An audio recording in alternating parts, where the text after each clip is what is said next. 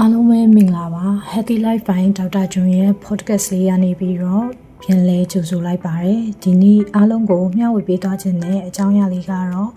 လူနာတွေမှာတွေ့ရများတဲ့ကစီတက်ကြွယ်ဝခြင်းနဲ့အစားတောက်ကြောင်းလေးပဲဖြစ်ပါတယ်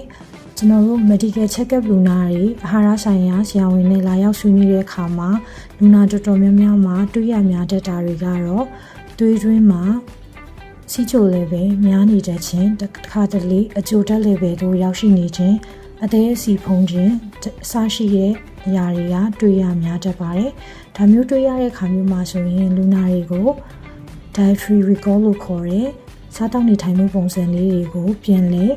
မြင်းမြန်းတဲ့အခါမှာလူနာတွေတော်တော်များများကကစီတက်ကြွယ်ဝတဲ့စားတောက်တွေကို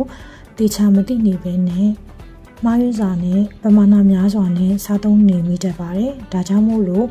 မိကြည့်တဲ့ခါမျိုးမှာဆိုရင်ကစီတက်ကြွယ်ဝတဲ့စားတောက်တွေဖြစ်တဲ့ထမင်းလိုမျိုးကိုပမာဏဘယ်လိုစားလေးလိုမြည်တဲ့ခါမှာကျမတို့ကဆီမ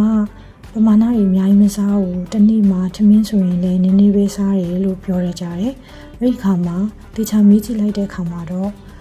ထမင်းပမာဏတော့လျှော့စားပြီးတော့ခောက်ဆွဲတွေပါမုန်နေဘစ်ကစ်တွေမှာပိုစားနေမိတာမျိုးတွေလည်းရှိရဲ့ဒါမှမဟုတ်ရင်အာလူတို့ပြောင်းဘူးတို့ရွှေဖြူလေးကစုံပင်အစရှိရဲ့ကစီတက်ကြွယ်ဝတဲ့ vegetables တွေ starchy vegetables တွေမှာလည်းတွားပြီးတော့စားရများနေတာမျိုးရှိတတ်တယ်တချို့ကြတော့လေအဲ့ဒါကြီးလည်းမစားဘူးဆရာမလို့ပြောနေပြီမဲ့ငချိတ်ပေါင်းလိုမျိုးကောင်းရင်းပေါင်းလိုမျိုး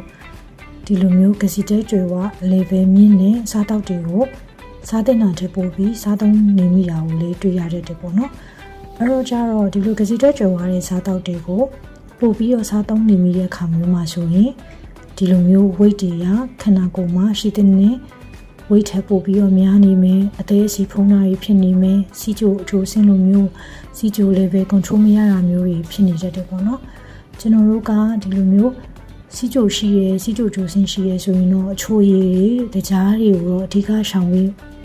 ကြရတယ်ပေါ့နော်ဒါပေမဲ့မရှောင်မိရဲ့စားတောက်ကတော့ဒီလိုမျိုးကစီတဲကြွယ်ဝတဲ့စားတောက်တွေပဲဖြစ်ပါတယ်ဒါကြောင့်မို့လို့ပေါ့နော်